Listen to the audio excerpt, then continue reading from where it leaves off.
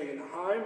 This particular program uses high-res video camera to help instruct social wellbeing and a fitness regime in the home, allowing aged care patients to actually stay in the home longer. I remember teaching my grandmother how to use my great aunt actually, who was a legendary pikelet cooker, kept burning herself on the Arga stove trying to melt butter. We insisted that she have a microwave, or we were going to ensure that she moved into a nursing home, and she very, very quickly learned how to use the microwave. So whilst a lot of these things might seem pie in the sky, I certainly think that enabling older Australians to stay in their homes for longer in regional Australia is very, very exciting.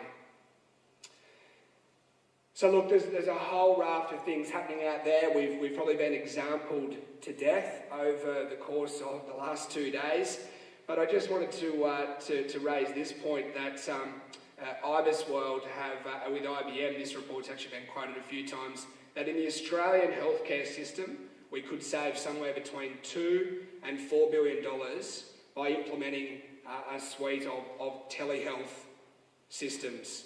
And when we consider that the NBN's costing $37.4 billion over 10 years, the fact that we might be able to save $2, $3, $4 billion a year really points towards a justification for that outlay of a faster network that is scalable with fibre to the home. So look, that wraps up my health presentation. I hope I've been able to give a snapshot of what the future looks like. While I've got the microphone, I also just wanted to pay particular tribute to the team of the RDA Orana for putting this conference on. It's enormously brave to put something on of this scale. I think it's an absolute credit to John, Felicity, Tina and Paige that everyone was involved. We go to a lot of these things. Glenn, who's done the audio, AV. It's been an absolutely professional conference, and I think everyone would agree that it's been put on with the utmost thought and organisation. So thank you very much, John.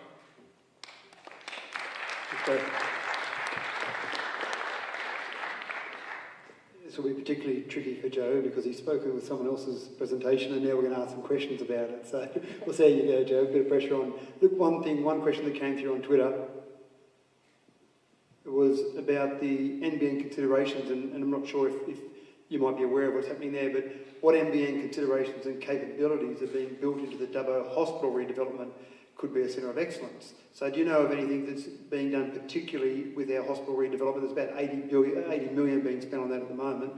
Do you know of anything that's being done particularly to take advantage of the NBN? Look, taking Dubbo Hospital as the specific example, Matt, I'm not 100% familiar with exactly what we've done, but certainly when we go in to construct the network in any regional centre or any town and city in Australia, we obviously work with the local authorities, with the hospitals, with the schools, with council, work out things like future development or future upgrades, and we certainly provision services, whether it be an expansion to a university, for example. We build redundancy into those particular networks to ensure that future growth is catered for. So I would absolutely imagine that in consultation with the Council and New South Wales Health and New South Wales Planning, we would absolutely provision for any future growth of services. Yeah, great. Okay, thanks, Joe. Good question.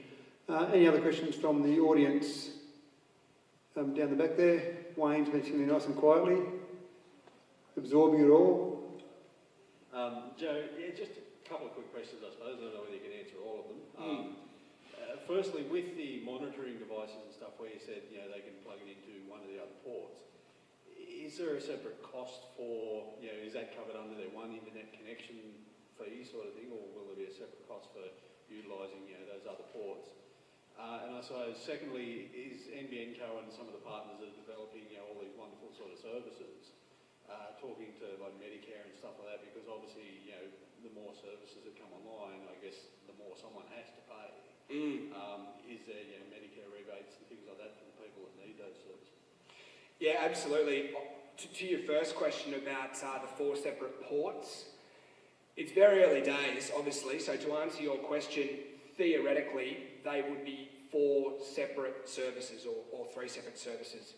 What we anticipate is that as the network becomes uniform across the country and we go to 4 million houses and 7 million houses all the way through to 13 million homes, we anticipate that Victoria Health, New South Wales Health, Queensland Health, who are already moving health delivery platforms online, will actually decide that there's a volume point at which it makes sense for them through New South Wales Aged Care or Disability Home Services to actually push a service that's complementary to that end user with a device that New South Wales Health and Medicare subsidise, because it's actually more cost effective than sending a nurse to that home every day for 5 years. So really at this stage where it's anticipation and modelling and prophesying on what the future might look like. But theoretically, yes, they would be separate services. We anticipate them to potentially be covered by different health care services. And your second question went to... I prepared the first. Can you rejig my memory, Matt? Yeah, sure. Just a quick reminder of your second question, Wayne. Well, it was sort of covered, I think, under the answer. It was just about, first question was about whether all the costs Yep. sort of thing. Second question was the services delivered over it and, devices and things attached to it. Will they be subsidised so people can actually Yeah, sorry. So Joe, so just to make sure Mudgee and Burke, because they obviously can't hear us, not through a microphone, so subsidisation, I think, was the main point of that question there, those devices subsidised.